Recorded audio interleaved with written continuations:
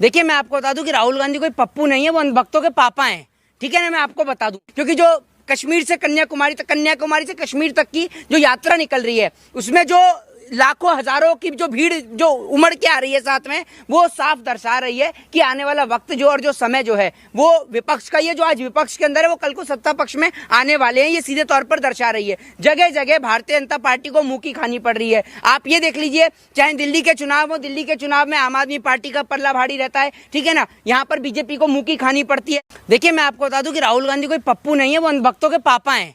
ठीक है ना, मैं आपको बता दूं, जितने भी बीजेपी वाले जो अंधभक्त वाले जो लोग हैं ना, जितने भी, तो मैं आपको बता दूं कि अब राहुल गांधी की वाली जो पप्पू वाली जो इमेज जो उन्होंने पैसा देकर आईटी सेल के मेंबर्स को बैठा के जो इमेज क्रिएट करी थी, अब तो अंधभक्तों के पापा बन चुके हैं। क्योंकि जो कश्मीर से कन्याकुमारी से कश्मीर तक की जो यात्रा निकल रही है, उसमें जो लाखों हजारों की जो भीड़ जो उमड़ के आ रही है साथ में, वो साफ दर्शा रही है कि आने वाला वक्त जो और जो समय जो है वो विपक्ष का, ये जो आज विपक्ष के अंदर है वो कल को सत्ता पक्ष में आने वाले हैं, ये सीधे तौर पर दर्शा रही है। जगह जगह भारतीय जनता पार्टी को मुंह की खानी पड़ रही है। आप ये देख लीजिए, चाहे दिल्ली के चुनाव हो, दिल्ली के चुनाव में आम आदमी पार्टी का पल्ला भारी रहता है, ठीक है ना, यहाँ पर बीजेपी को मुंह की खानी पड़ती है। पहली बात तो यह कि जो ऐसे जो लोग हैं ना, उनको भी बता दो, पहली बात तो यह कि मैं कोई कांग्रेस पार्टी को यहाँ स्पोक पर्सन नहीं खड़ा हूँ, जो आप मेरे से कह रहे हैं। मैंने अभी यहाँ क्या बात करी, मैंने, आप सुनिए, मैंने क्या बोला, मैंने क्या है कि दिल्ली के अंदर आम आदमी पार्टी का पल्ला भारी है। सुन लीजिए, अरे भाई आप मेरी बात को तो सुनिए। मैंने क्या बोला कि दिल्ली के अंदर आम आदमी पार्टी का पल्ला भारी है। आप यूपी चले जाएंगे तो क्या कहते हैं, आप वहां पर देख रहे समाजवादी पार्टी का पल्ला भारी था।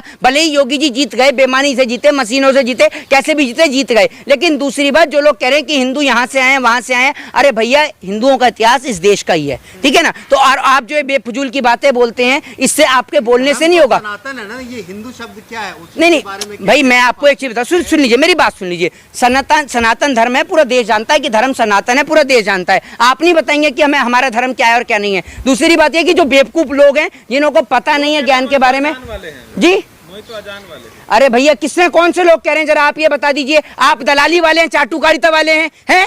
आप होंगे क्या बताने वाले?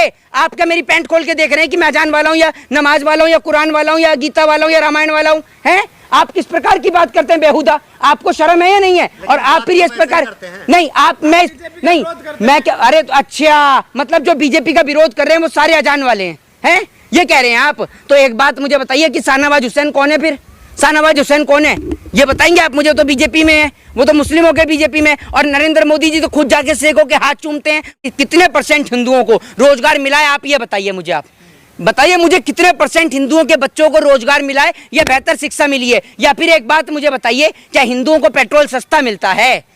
या जो दूध के दाम पे पैसे बढ़े हैं, ये हिंदुओं के लिए नहीं? क्या नाम है, आने वाले वक्त में 24 में चुनाव है, पता है आपको? नहीं, मेरे को तो आज पता चल रही है आपके मुंह से। मैं हिंदुस्तान में थोड़ी रहता हूँ, आज ही आया टिकट पकड़ के अमेरिका से।